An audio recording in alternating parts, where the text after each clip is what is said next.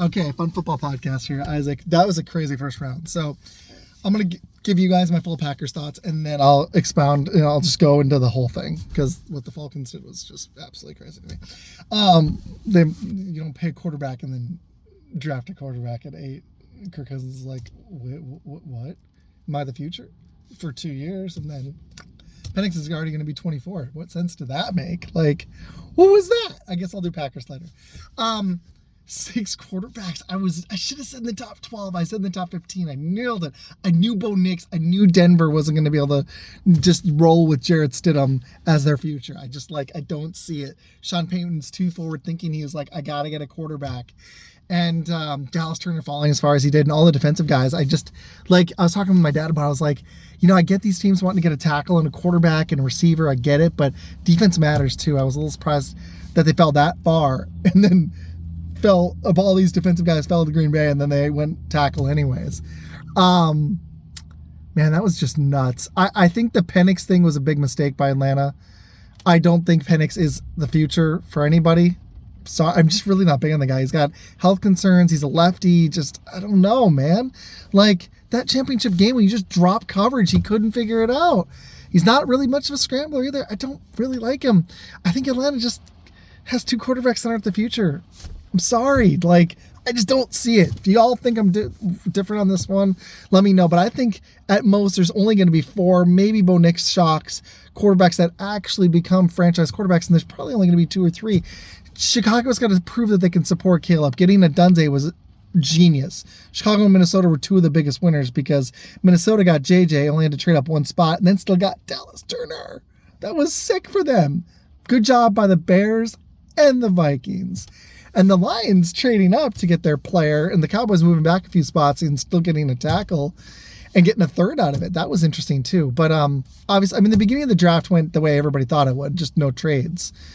Caleb, Jane Daniels, Drake May, and then Marvin Harrison Jr. going.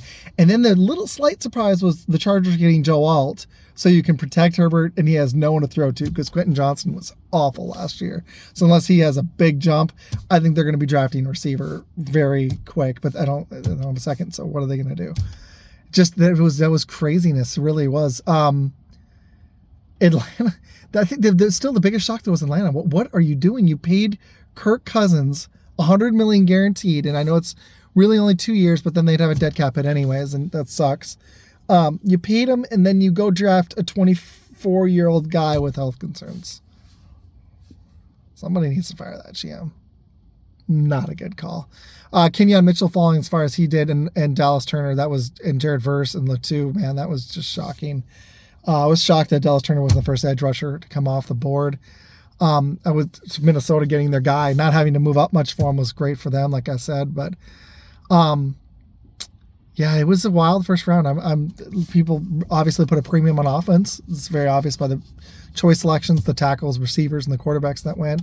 Cowboys surprised me a little going tackle in making the sensible choice, even though Guyton's a little bit of a project. It helps them at tackle, so they can slide him at left, or they can slide Tyler Smith at left, and he can play right.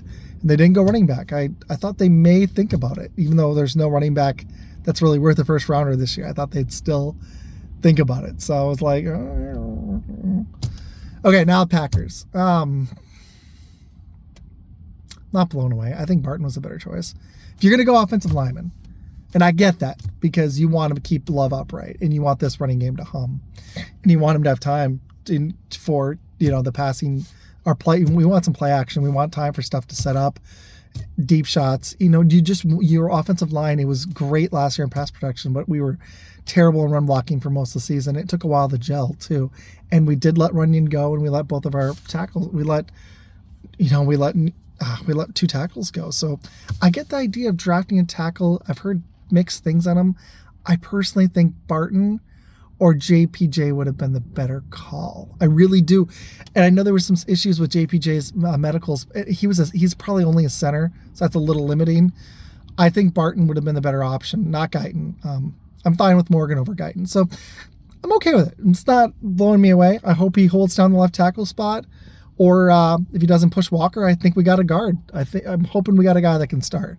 Because I'm tired of getting these defensive guys that don't start. year one. So I'm actually okay with pivoting because Devontae Wyatt didn't show me much last year, and Van Ness didn't play a lot, and I'm hoping he pans. He looks like he's got a lot, possibly, but he only didn't play limited last year, and I'm hoping for a jump here too. I didn't see it with Devontae Wyatt, and we've drafted a bunch of other guys in the first round that didn't pan on defense. So, going offensive lineman, it's fine. It was a position of need, so hopefully he can start at left tackle or left guard or right guard, depending on what they do with Jenkins. I don't see a center out of him, but I think he's got versatility. Hoping he continues to excel after the ACL, looking up his stats and stuff. He did improve last year off an ACL. That's good. If he is and even for a tackle, an ACL injury is huge because it takes any position. Rarely is a guy the same the next year. It's usually the year after. So like you tear your ACL in 2022, you're probably not going to be the same in 23. You're going to see the real what he is in 2024, like with this dude. So I'm hoping that works. Now, I got to give some predictions for round two. The fact that Cooper DeJean fell at the first, that wasn't like massively blown away with the guy. Apparently the GMs weren't either. But Kool-Aid's there and Edgerrin Cooper's there. I think they could land one of those three guys at 41 without even moving up. They've only got 8 spots before them, so I think there's a chance. I really do. I'm hoping that's what happens. 33, 34, 35, 36, 37, 38, 39, 48 picks. If in those 8 picks, if those 3 guys go, that sucks. But then Newman will probably be there. I think they may have to move up for the guy they want, which would probably be Edgerrin Cooper. But if they want Cooper DeJean, they definitely have to move up a couple spots. So maybe they trade up. I don't think they trade down. We'll see. Could be wrong. I'm hoping we either get... I was talking to the guy about it. T'Vondre Sweat at 58, I think would be a little high. I'd rather go Chris Jenkins, but I kind of want them to hit a D tackle with that other pick since we already hit an offensive lineman. I'm hoping we don't take another offensive lineman round 2. We already did it. Let's wait till round 3 or 4 or 5, a little later. Let's land defense in this round or shock everybody and get a receiver. But Xavier Legette was gone, so I don't... And Ricky Pearsall went, which... that was the other thing. Xavier Worthy going before those guys. I was like, whew, the Chiefs are putting a premium on speed, which they do. They had Tyreek Hill, they miss him. So I don't know about that guy though. I wasn't blown away. So we'll see. I don't know. I think the Bears and Vikings just both got better. I think Atlanta messed up big time. I think the Chargers did the Jim Harbaugh thing and they weren't going to trade Herbert away. So they want to give him, they like to build their lines, and getting Joe Alt was the best lineman in this draft by a mile. So good for them. Good for the Cardinals getting Marvin Harrison and giving Kyler Murray a true number 1. They needs it. Malik Neighbors going to the Giants. They decided to roll with the Daniel Jones or Drew Lock thing. I don't think they have their quarterback, but they were like, we got to get a receiver. We've got nothing. So I kind of get that. I thought they might go McCarthy, but Neighbors is explosive. Good for them. And good for the Bears landing Roma Dunze. And, man, the Raiders getting Brock Bowers at 13. He fell that far. I was like, I don't know who's throwing him the ball, but good for him because he's got 2 receivers and Mayer's there too. So you got 2 receivers. You've got 2 receivers and 2 tight ends. It's going to be a fun situation for whatever quarterback they get. Maybe they take a reach on Rattler in the second, probably third. They'll probably be the next team to take a quarterback, I think, though. The Raiders probably will. But that was a fun first round, guys. What were your thoughts on it? Who do you think were the winners and losers? I hope my Packers nab somebody on defense. I'd really love either a secondary linebacker or a defensive line pick. If don't believe he got taken. If Darius Robinson's there at 41, he's another guy I like. Pretty sure he didn't get taken. So I would love at 41 we either nab Cooper DeJean, Edgerrin Cooper, Cooper DeJean, Kool-Aid, or Darius Robinson. I don't really want to go defensive tackle there, and I don't want to go another offensive lineman. So those are my hopes. What do y'all think?